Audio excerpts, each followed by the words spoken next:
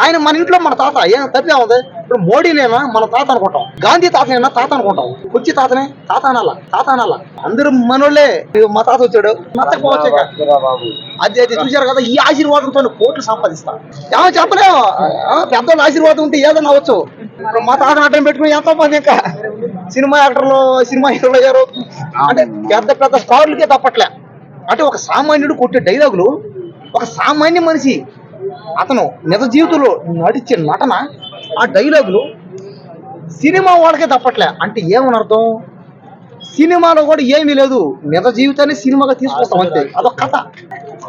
ఆయన అడ్డం పెట్టుకుని ఎంతో మంది సినిమా యాక్టర్లు అయ్యారు, ఎమ్మెల్యేలు అయ్యారు, ఎంపీలు అయ్యారు.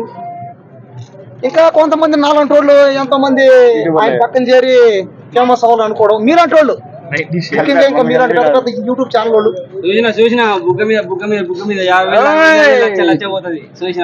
చూశారు కదా. ఏదో ఇలాంటి ఏదో బాసులు, మా గుండు బాస్ ఆయన ఒక బాస్. ఆయన ఎంతమంది ఇంకా ఆయన అడ్డం పెట్టుకొని. ఇంకో రిక్వెస్ట్ కూడా ఏంటంటే, అందరికి పార్కు దగ్గర రావాలి, ఆయనతో సెల్ఫీలు తీసుకోండి. పెద్ద ఆయన మన ఇంట్లో మన తాతలాగి, ఆయన మన ఇంట్లో మన తాత ఏం తప్పే ఉంది. ఇప్పుడు మోడీనేనా మన తాత అనుకుంటాం, గాంధీ తాతనేనా తాత అనుకుంటాం, కుర్చీ తాతనే తాత అనాల అందరూ మనోళ్ళే. ఇది బహుశా కొంతమందికి నచ్చకపోవచ్చు, అది అది చూశారు కదా. ఈ ఆశీర్వాదంతో కోట్లు సంపాదిస్తాం. ఏమో చెప్పలేము, పెద్దోళ్ళ ఆశీర్వాదం ఉంటే ఏదైనా అవ్వచ్చు. ఈ రోజుల్లో ఎంతో మంది సినిమా యాక్టర్లు కానీ, ఎవరైనా పదవి ఉన్నోళ్ళు, బిజినెస్ మ్యాన్లు ఎవరైనా సరే, వాళ్ళ గ్రాండ్ ఫాదర్లు, గాడ్ ఫాదర్లు ఇచ్చే డబ్బులే కదా.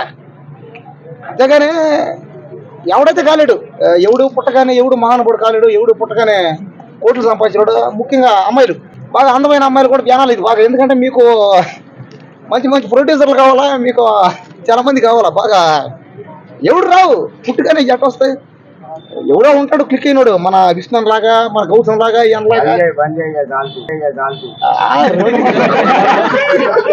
అనుకోవచ్చు. మనం ఆ తాత నా మీద జోకులు వేయచ్చు.